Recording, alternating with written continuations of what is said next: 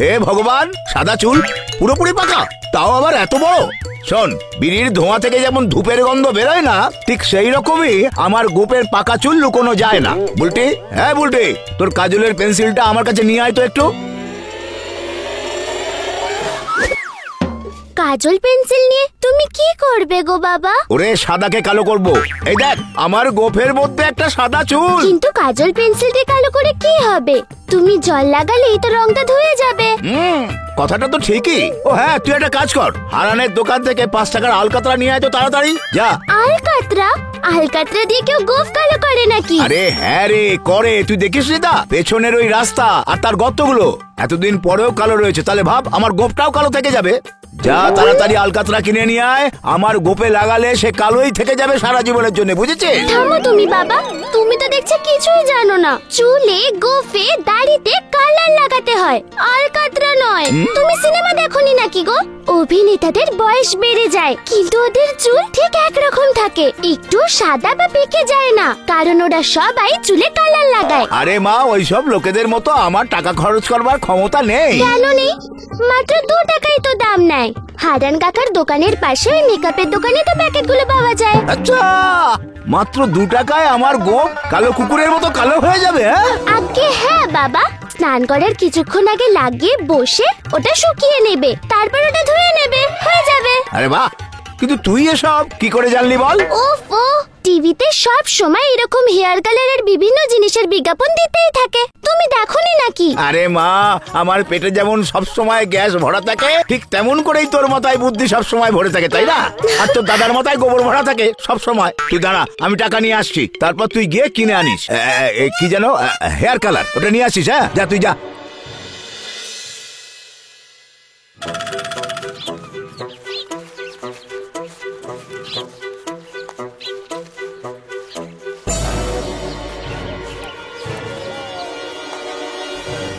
বাবা, এই দেখো তোমার অপদার্থ ছেলে সাইকেলটার কি দশা করে এনেছে, তাড়াতাড়ি এসে দেখো। হায় ভগবান! হে ভগবান, এসব কি করে হলো? কিভাবে হলো রে এসব? আরে অ্যাক্সিডেন্ট মা, অনেক বড় একটা অ্যাক্সিডেন্ট হয়েছে। কি করে হলো? তাড়াতাড়ি ভিতরে চল, দেখি তো বেশি ব্যথা লাগেনি তো তোর? দাঁড়াও, কিরে আজ তুই এত তাড়াতাড়ি ফিরে এলি যে? 3 ঘন্টার আগে আমার খাবার পর্যন্ত হজম হয় না, আর তুই সেই 3 ঘন্টার মধ্যেই ফিরে এলি, কি করে বল? আরে কিভাবে কথা বলছো তুমি? দেখো তো কত আঘাত পেয়েছে ছেলেটা। সত্যি করে বল, তুই হাটে গিয়েছিলিস কিনা? আরে কি করে যেতাম, এই অষ্টাবক্র সাইকেলে চড়ে কেউ হাটে যেতে পারে? তো আমার হীরের টুকরো ছেলে, বাড়ি থেকে তো তুই একদম ঠিকঠাক নতুন সাইকেল নিয়ে বেরোলি, আর রাস্তায় যেতে যেতে তুই এর দশা এরকম করলি কি করে? আমি তো কিছুই করিনি বাবা। তুমি তো ভালো করেই জানো বাবা, আজকাল সব কিছুতে ভেজাল, মানে সবকিছুই ডুপ্লিকেট পাওয়া যায়।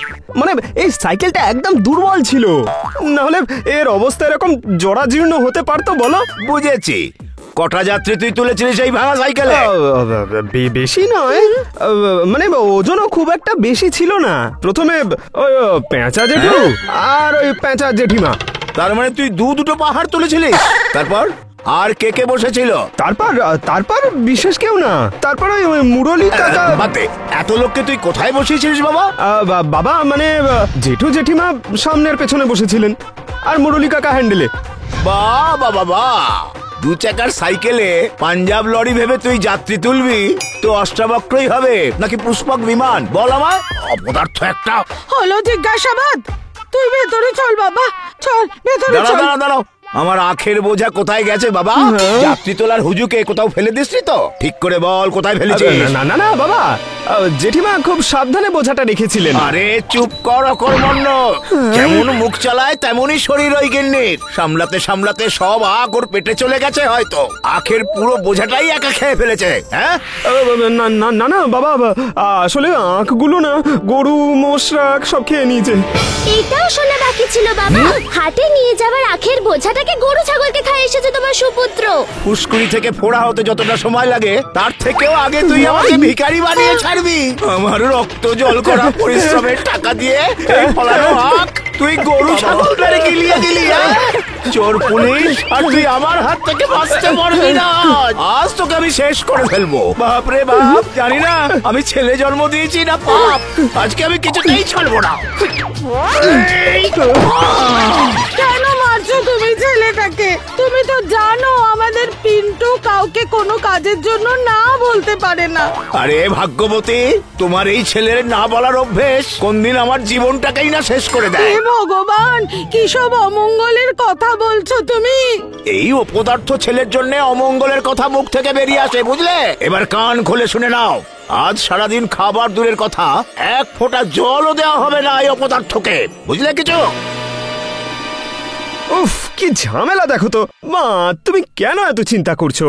বাবা তো বলেছে সারাদিন যেন কিছু না খাই, রাতের কথা তো কিছু বলেনি।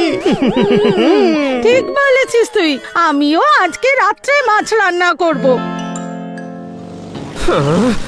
ঠিকই বলে বাবা, বড্ড বোকা আমি। না হলে সবাইকে সাহায্য করার জন্য আমাকে এভাবে খিদে পেটে এদিক ওদিক ঘুরে বেড়াতে হতো না। বড্ড তেষ্টা পেয়েছে, চলো গিয়ে দেখা যাক কালু কাকার চায়ের দোকানটা এখনো খোলা আছে কিনা।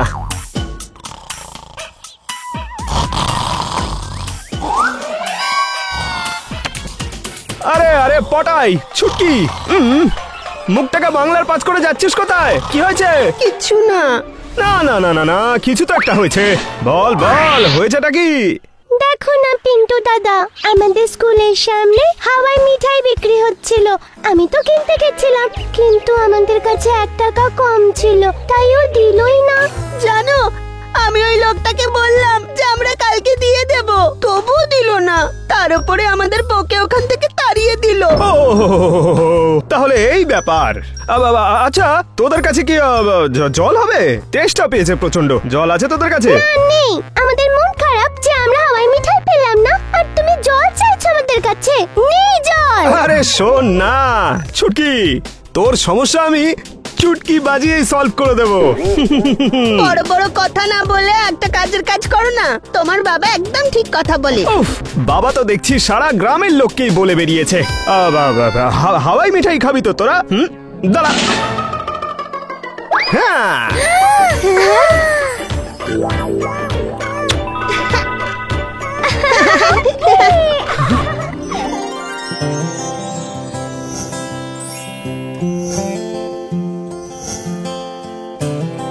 জল খেতে চাইছিলে না? এই নাও জল। ও,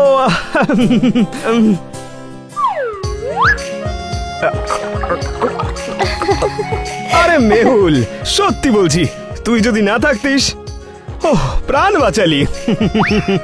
আচ্ছা, তাহলে দাও আমার উপহার। আরে তোর জন্য তো আমি প্রাণও দিতে পারি পাগলি। তোমার প্রাণটা চাই না, আমার উপহার দাও। এক্ষুনি নে। আমার জন্য? কিন্তু এটা তো হলুদ, আমার তো লাল চাই।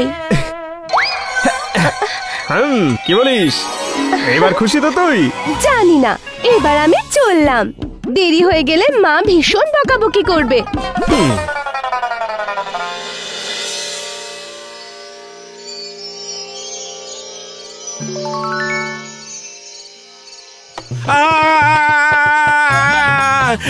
আটকে গেল রে, আমার হাতটা আবার আটকে গেল। পিন্টুর সাইকেলে চেপে হাটে যাওয়ার জন্য এইরকম হাতে আঘাত লেগেছে। হাতটা একদম নাড়াতেই পাচ্ছি না।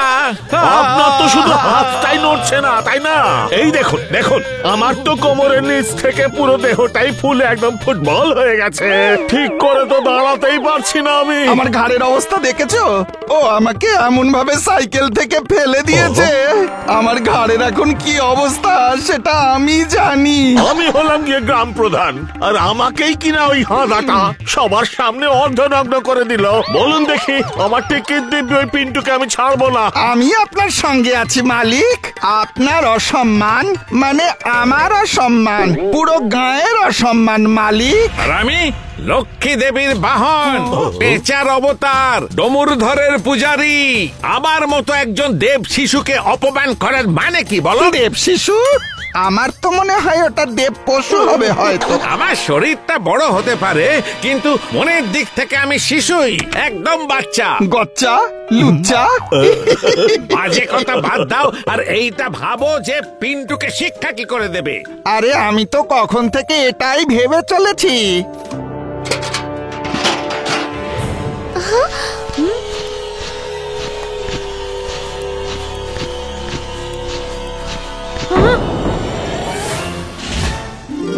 আমার নাম হলো পিন্টু। দেখতে আমার যেমনই হোক, ভেবো না আমায় আহাম্মক। বেরিয়ে আসি যে কোনো সমস্যা থেকে, তাই সবাই রাখে আমাকে নিজের বক্ষে। তোর ড্রামা শেষ হয়ে থাকলে খেয়ে দে, আমাকে উদ্ধার কর।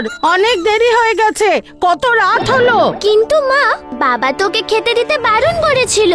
দাঁড়াও, এক্ষুনি ডাকছি বাবাকে। আরে হ্যাঁ হ্যাঁ, ডাক না। মাকে কিছুই বলতে পারবে না বাবা। কেন? তুই আবার কোনো ম্যাজিক করবি নাকি? ম্যাজিক না, লজিক। পিন্টু দাদা শুধু ম্যাজিকই না, লজিকও জানে, বুঝেছিস? বাবা আমাকে বলেছিল সারাদিন যেন না খাই, সারা রাত নয়। একবার ঘড়ির দিকে তো তাকা বোন, রাত্রি এখন হয়ে গেছে 12:10। মানে ক্যালেন্ডারের হিসেবে নতুন দিন শুরু হয়ে গেছে, তাই বাবার অর্ডারের ভ্যালিডিটি শেষ। আরে হ্যাঁ, এটা তো আমি ভেবেই দেখিনি। তোর বুদ্ধি তো কোনো জবাবই নেই, কিন্তু যখন কাউকে না বলতে হয় তখন কোথায় যায় তোর বুদ্ধিগুলো? আরে এটাই তো আমি বুঝতেই পারি না। না, আমি বলতেই পারি না কেন, জানি না কেন।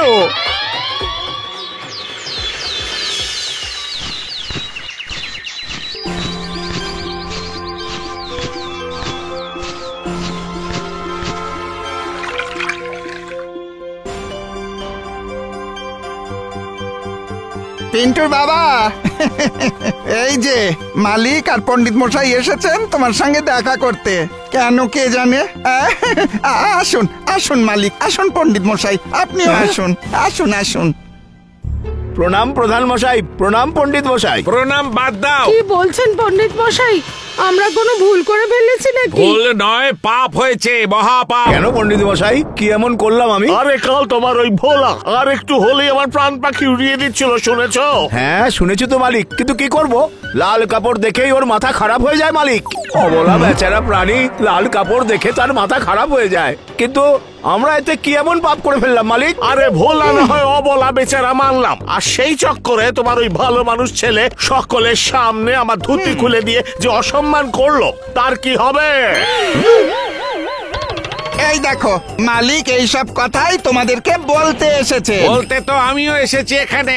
হাটে নিয়ে যাওয়ার নাম করে আমাদের দুজন স্বামী স্ত্রীকে তোমার ছেলে সাইকেল থেকে যেভাবে ফেলেছে, যা ঝাঁকুনি খাইয়েছে, আমার বউয়ের রসগোল্লার মতো গোল গোল গাল চুপসে গিয়ে খেজুর হয়ে গেছে। তার উপর আমার মতো দেব শিশুর আঘাতও লেগেছে। বলো, এটা পাপ নয় তো কি? আপনি যদি শিশু হন তাহলে আমি কি? হ্যাঁ, যেভাবে রোগ না ডাকলেও চলে আসে, ঠিক সেইভাবে দুর্ঘটনাও তো না বলে চলে আসে মালিক। সেটা জেনে শুনেই হোক বা অজান্তেই, পাপ তো করেছে তোমার ছেলে। উপায় জানবার জন্য কাল সারা রাত আমি ডমরুধরের জপ করেছি। খুশি হয় ডমরুধর উপায় বলেছেন, কৃপা করেছেন ডমরুধর। জয় বাবা ডমরুধর, উনি নিশ্চয়ই ক্ষমা করেছেন আমার ছেলেকে, তাই না পণ্ডিত মশাই? ক্ষমা তো করেছেন, কিন্তু আমাদের মতো লোকেদের পেট পুজোও করাতে বলেছেন। পেট পুজো? হ্যাঁ। যারা যারা তোমার ব্যাটার কারণে সমস্যায় পড়েছে তাদেরকে সুস্বাদু মিষ্টি ভোজন করাতে হবে, এই উপায় বলেছে ডমরুধারী। সেটাও ততক্ষণ যতক্ষণ না সকলের মন ভরে যায়। দেখো বাপু, আমাদের ডাক শুনে এত বড় পাপের এই ছোট্ট একটা উপায় প্রায়শ্চিত্তের বিধান দিয়েছে। কাল দুপুরের মধ্যেই এটা করতে হবে কিন্তু বাপু। কিন্তু মালিক, আমি আপনার মন কেন, পেট ভরিয়ে মিষ্টি খাওয়ানোর ক্ষমতাও নেই, জানেনই তো। আমরা গরিব চাষি, অর্ডার দিয়ে মিষ্টি তৈরি করানো কি করে হবে মালিক? ভেবে দেখো, মিষ্টিতে যদি একটু ভেজাল থাকে তবে তোমার ছেলের পাপ খণ্ডন হবে না। মিষ্টি একদম শুদ্ধ হওয়া চাই, ভালো করে ভেবে রেখো। আমার ছেলের পাপ খণ্ডন করাতে গিয়ে মনে হয় আমার মাথাই খণ্ডন হয়ে যাবে। আমার ভাঙা সাইকেলের দাম কে দেবে? আরে কি বলছো তুমি? ওসব আমরা কিছু জানি না। বলি পাপ করলে তুমি, আর সাইকেলের দাম দেব কিনা আমরা? আরে গতকাল যে পাপ করেছো সেইটা কাটানোরই তো কথা বলতে এসেছি আমরা। পাপ? আমি কোন পাপ করেছি প্রধান মহাশয়? অদ্ভুত কথা বলেন তো আপনি। কাল যদি আপনাকে আমি না বাঁচাতাম তাহলে প্রচার নয়, আপনার নামে গরুর পুরাণ পড়তে হতো, শ্রাদ্ধ করতে হতো আপনার 13 দিন পরে। আরে চুপ কর ধার্মিক, তোর বাড়ির লোকদের বলে দিয়েছি কি করে তোর পাপ খণ্ডন হবে।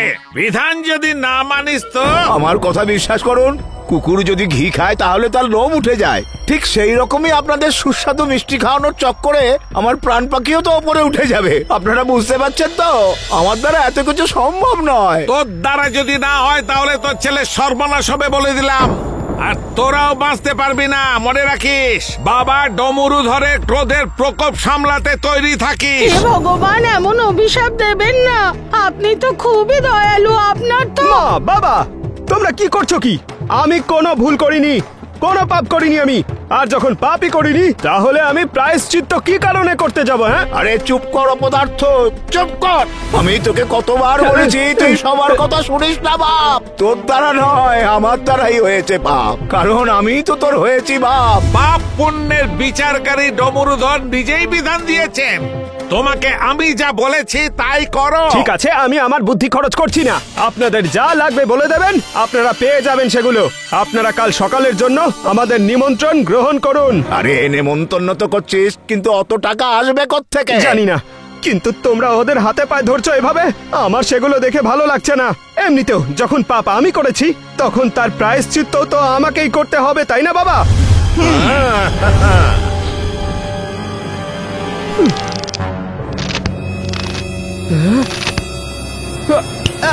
জানতুম আমি, যেমন হাতে জল ধরে আনা যায় না, তেমনি তোমার ছেলেও মিষ্টি আনতে পারবে না। অকর্মণ্য নিজে পালিয়ে গেল, আমাকে ফাঁসিয়ে দিয়ে গেল। আমি কি করে ওদের মুখ দেখাবো? আরে তুমি মাথায় গোবর্ধন পাহাড় তুলছো কেন? পিন্টু বলেছে যখন কোনো না কোনো রাস্তা বের করবেই, ও এমনি এমনি বলে বেরিয়ে যায়নি। একটু অপেক্ষা করো। বৃষ্টির জন্য যেমন চাষিরা অপেক্ষা করে বসে থাকে, সেরকম তুমি অপেক্ষা করে বসে থাকো তোমার গুণধর ছেলের জন্য। মনে হচ্ছে আমাকেই এবার কিছু করতে হবে।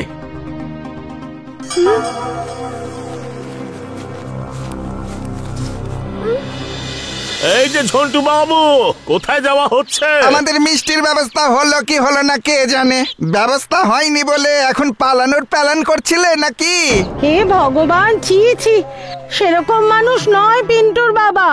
আপনি তো শুধু শুধু কথা বাড়িয়ে বাড়িয়ে বলছেন। আপনারা একটু বসুন না, পিন্টু এক্ষুনি মিষ্টি নিয়ে চলে আসবে। চলে আসবে মানে? এখনো আসেনি? এটা কি ব্যাপার? একটু অপেক্ষা করছি আমরা।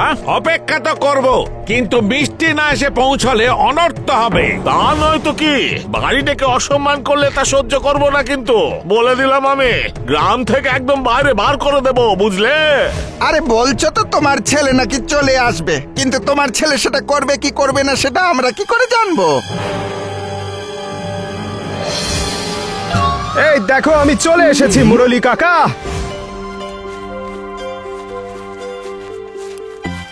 চলে এসছে তোমাদের জন্য একটা সুস্বাদু ডিএম মিষ্টি।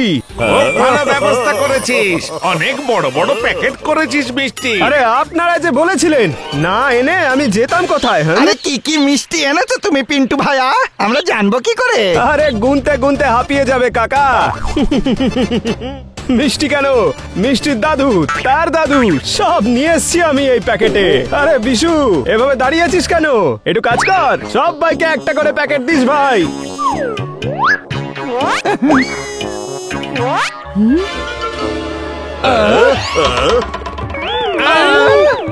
আরে বোকা বানাচ্ছ নাকি? টিকিট দিব্যি বলছি, এমন মারবো মিষ্টির বদলে আখের টুকরো, তাও আবার খোসা সমেত। অপমান, ঘোর অপমান, জ্বালিয়ে ভস্ম করে দেবো তোমাদের সবাইকে। আরে শুধু শুধু রাগ করছেন আপনারা।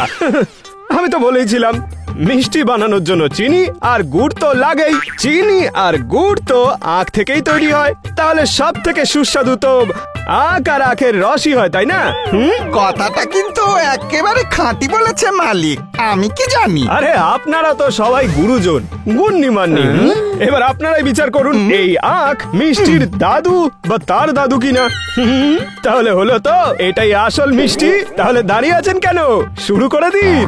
বাবা ডমরুধারী যখন স্বয়ং আপনাদের মিষ্টি মুখ করানোর বিধান দিয়েছেন, তখন প্যাকেট খালি না হওয়া পর্যন্ত আপনাদের যেতে দেব না কিন্তু।